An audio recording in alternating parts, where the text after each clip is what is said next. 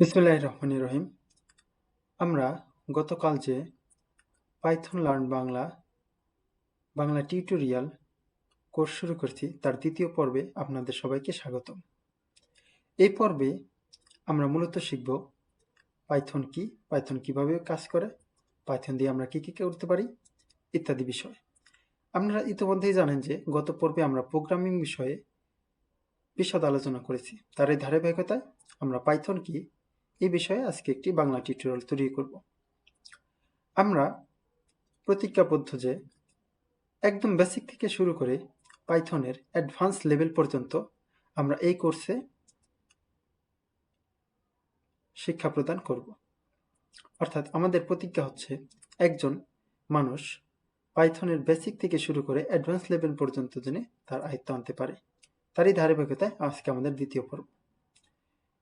তো প্রথমেই আমার স্লাইডে দেখতে পাচ্ছেন আমি একটি স্লাইড তৈরি করেছি, সেখানে পাইথন কি এর একটি তথ্য দিয়ে আছে। সেটি কি? পাইথন একটি উচ্চ স্তরের সাধারণ উদ্দেশ্যে ব্যবহৃত প্রোগ্রামিং ভাষা, যা 1991 সালে গুডো ভ্যান রসাম তৈরি করেন। এটি সহজ এবং পাঠযোগ্য কোড লেখার জন্য জনপ্রিয়। অর্থাৎ এই পাইথন ল্যাঙ্গুয়েজটি সর্বপ্রথম 1991 সালে গুডো ভ্যান রসাম তিনি তৈরি করেন। বর্তমান পর্যন্ত আজ এটি বহুল ব্যবহৃত একটি প্রোগ্রামিং ভাষা। আচ্ছা, আমরা স্লাইডের দ্বিতীয় পর্যায়ে পাইথনের বৈশিষ্ট্য নিয়ে আলোচনা করব। পাইথনের বৈশিষ্ট্য বলে শেষ করার মতো নয়, তারপরেও আমরা সহজ ভাষায় পাইথনের বৈশিষ্ট্য সম্পর্কে একটু আলোচনার চেষ্টা করি। পাইথন একটি সহজ এবং পাঠযোগ্য, অর্থাৎ পাইথনের সিনট্যাক্স অনেকটা সাধারণ ইংরেজি ভাষার মতো হয়ে থাকে। এই কারণে পাইথন খুবই জনপ্রিয় একটি প্রোগ্রামিং ভাষা। এটি শিক্ষার্থীদের এবং নতুন প্রোগ্রামারদের জন্য খুবই সহজপাঠ্য। উদাহরণস্বরূপ, পাইথনে একটি প্রোগ্রাম লেখার জন্য অতিরিক্ত কমপ্লেক্স কোডিং দরকার হয় না। অর্থাৎ আপনি সাধারণ একটি প্রিন্ট কমান্ড দিয়েই বুঝতে পারবেন আপনার কোন অংশটুকু প্রিন্ট করতে হবে। কারণ পাইথনের সিনট্যাক্স কম্প্যাক্ট এবং ব্যবহারকারীর জন্য সহজতর প্রোগ্রামিং অভিজ্ঞতা নিশ্চিত করে। এটি কোড লেখার এবং পড়ার সময় উভয়ের ক্ষেত্রে সময় সাশ্রয় করে। আমি এখানে দু একটি জটিল টার্ম ব্যবহার করব, তো এখানে ঘাবড়ে যাওয়ার কিছু নেই। আপনি পাইথন ল্যাঙ্গুয়েজ শেখার একটি ধাপে গিয়ে এই সব শব্দের সাথে অভ্যস্ত হয়ে যাবেন ইনশাল্লাহ। এরপর ইন্টারপ্রেটেড ভাষা।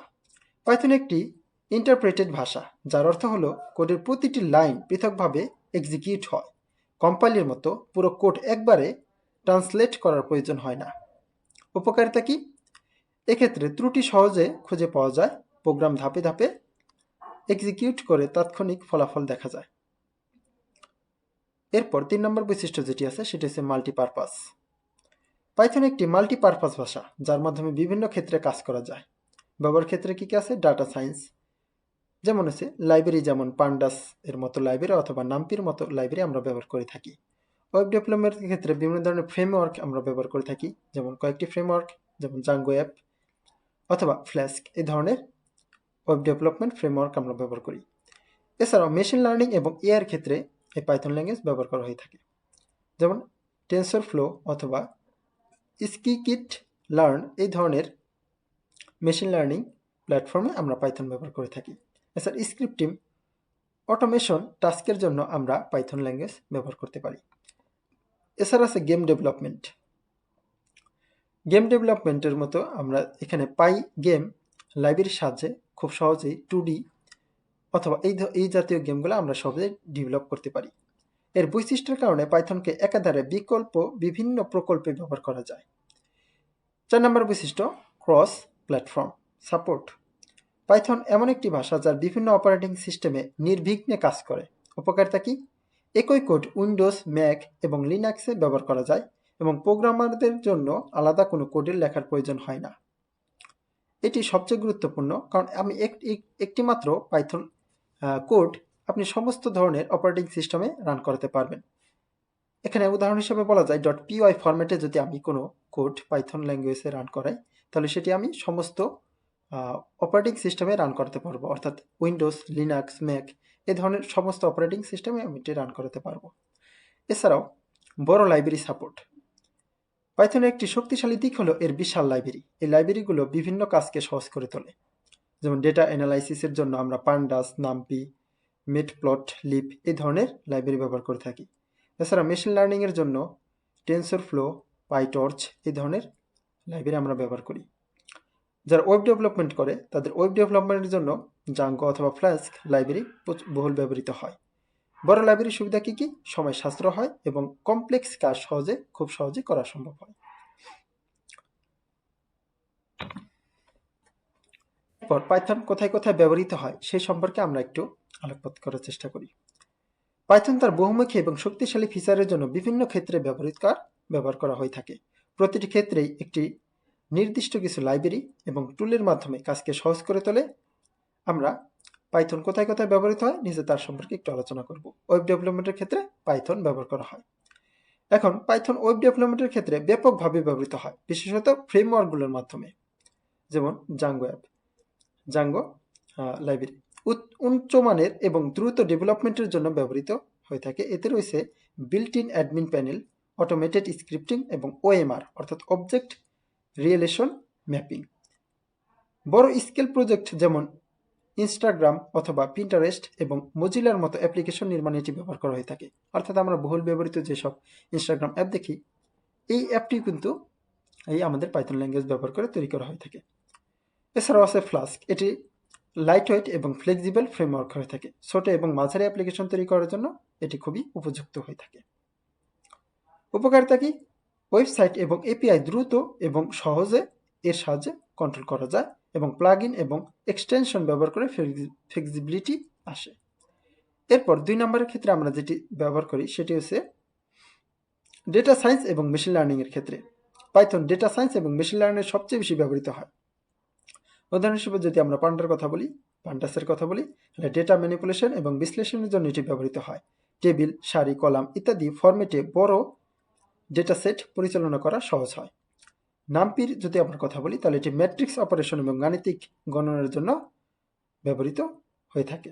এছাড়া টেনসরফ্লোর মধ্যে মেশিন লার্নিং এবং ডিপ লার্নিং মডেল তৈরি এবং প্রশিক্ষণ দেওয়ার জন্য ব্যবহৃত হয়ে থাকে। বড় এবং জটিল নিউরাল নেটওয়ার্ক নির্মাণের জন্য এই টেনসরফ্লো ব্যবহার করা হয়ে থাকে। এছাড়া আছে স্ক্রিপ্টিং এবং অটোমেশন।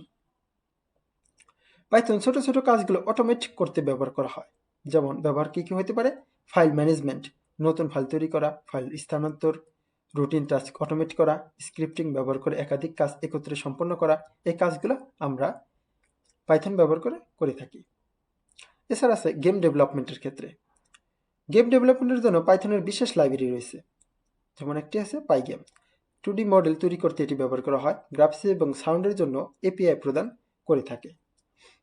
উপকারিতা কি? শিক্ষার্থীদের জন্য খুবই সহজ এবং মজার, গেম তৈরি দ্রুত এবং কার্যকর হয়ে থাকে। পাইথনের ব্যবহারের ক্ষেত্রে প্রতিনিয়ত বাড়ছে। ডেভেলপমেন্ট থেকে শুরু করে data science, machine learning, scripting এবং গেম ডেভেলপমেন্ট প্রতিটি ক্ষেত্রে এটি অত্যন্ত গুরুত্বপূর্ণ ভূমিকা পালন করে আসছে। আজকের এই আলোচনা থেকে আমরা ছোট্ট একটি প্র্যাকটিস অংশ রাখছি।